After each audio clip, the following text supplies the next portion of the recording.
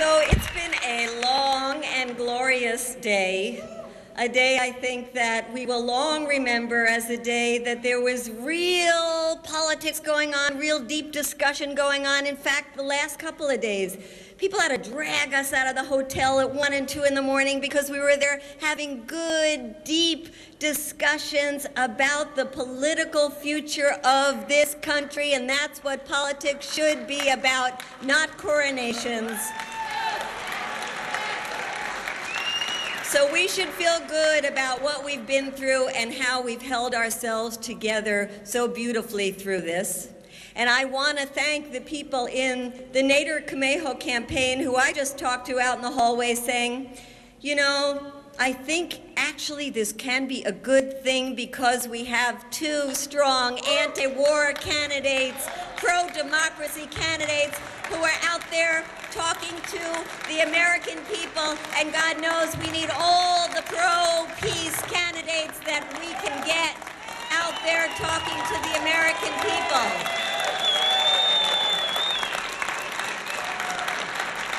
How many of you are tired?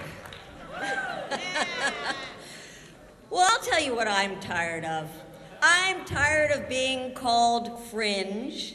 I'm tired of being called un-American. I'm tired of being called unpatriotic. I'm tired of them telling us that our views are the minority opinion. Because let's take a couple of issues that are of great concern to the American people, and let's start with the war and the occupation of Iraq.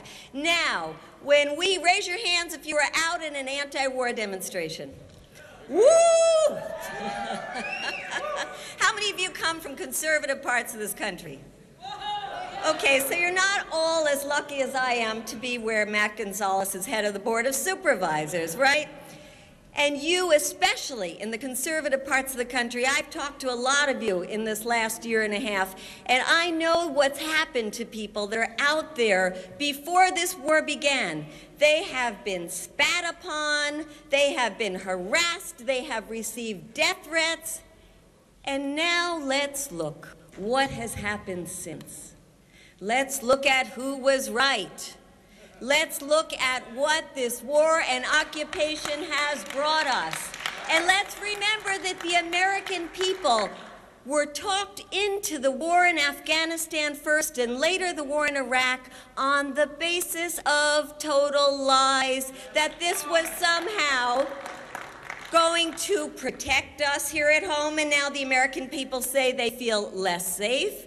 They were told the lie that we were going to help liberate women in Afghanistan, and the women have never been liberated yet in Afghanistan. They were told the lie that the people of Iraq were going to be so happy that they were liberated, and now 90% of the Iraqi people in polls done by the U.S. occupying forces call the U.S. occupiers not liberators. In fact, the majority of the Iraqi people now say that they would feel safer if the U.S. troops were off of their territory. And despite the fact of the corporate media that has continually lied to the American public and gotten them to believe that this war was in their interests, the American people have finally seen through this, and we are not in the minority anymore. We now represent the majority opinion in the United States. The majority says this war is not worth the cost. And when they say the cost, they say it's two things. The $160 billion that's been spent on killing people overseas instead of being spent on making people's lives better here at home and abroad. And they also say it's not worth the cost in lives, either the lives of the Iraqi people, the Afghan people, or the lives of our service people, almost 1,000 of them so far, mostly young people, shot down in the prime of their lives on the basis of a lie.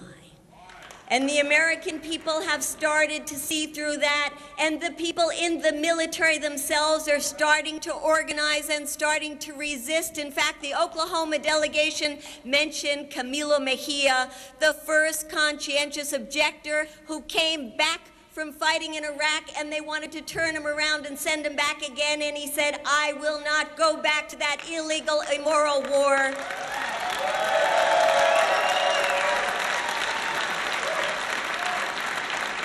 So let us understand that George Bush does not represent the will of the majority of the American people who now say the war is not in their interests, and we have to make sure that the message is sent loud and clear to George Bush on November 2nd. Get the hell out of the White House, back to Crawford for George Bush, Dick Cheney back to his undisclosed location, and that whole group of neocons and armchair warriors and the ones doing the bidding of Halliburton and Bechtel, get them back to that private sector that they say they love so much, out of the White House.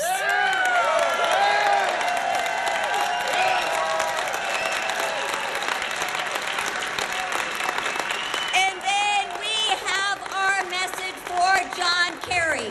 Where is the John Kerry who said that the war in Vietnam was a mistake, and how could they ask the last man to die for a mistake? What happened to that, John Kerry? Why is John Kerry now saying that perhaps we need to send more troops into Iraq? We have to say loud and clear to John Kerry that John Kerry does not represent the views of the majority of the American people who now want to see an end to the occupation in Iraq. And we want to say to John Kerry, tear up the contracts of Halliburton and Bechtel, Iraq for the Iraqis, no false sovereignty handover on June 30th, bring the troops home now.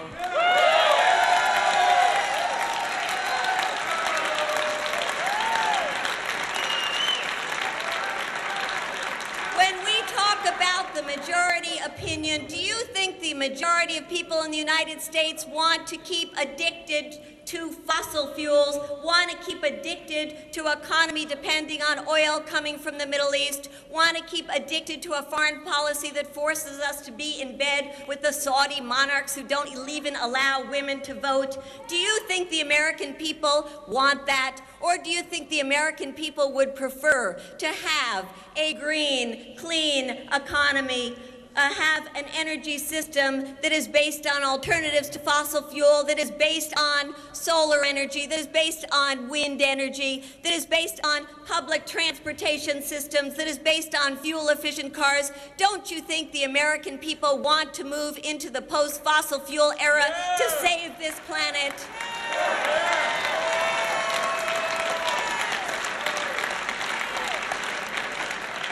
There are two areas that the American people say are the most important things to them right now, and that is the war and the economy. Do you think the American people really want to make tax cuts to the wealthiest people in this country?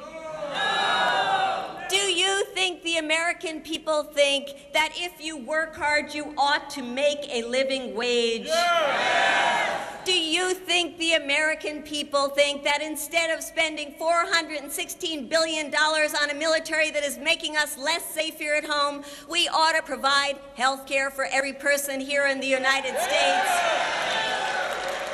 Do you think the American people think it's fair that our young people today, when they are so desperate to get a college education because they want a good job, not flipping hamburgers, which, by the way, is not a manufacturing job, do you think that young people who want to get an education should have to look to the military and be forced to say, maybe I should go and perhaps be killed or perhaps have to kill somebody in order to get a college education? Or there should be a free college education for anybody in this rich country that wants to get educated?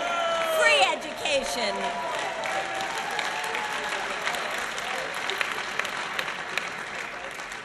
Do you think the American people think that that women should have a choice when it comes to their reproductive rights. The majority of people in this country think we should, and that's why over 1 million of them came out onto the streets of Washington, D.C. on April 25th to say yes to choice. And do you think the American people want to have a media that is controlled by a handful of corporations that keep telling them lies and want them to live in ignorance? Or do you think the American people would like more diversity in the media so they could hear the truth? We are representing in the Green Party the majority opinions of the people in the United States.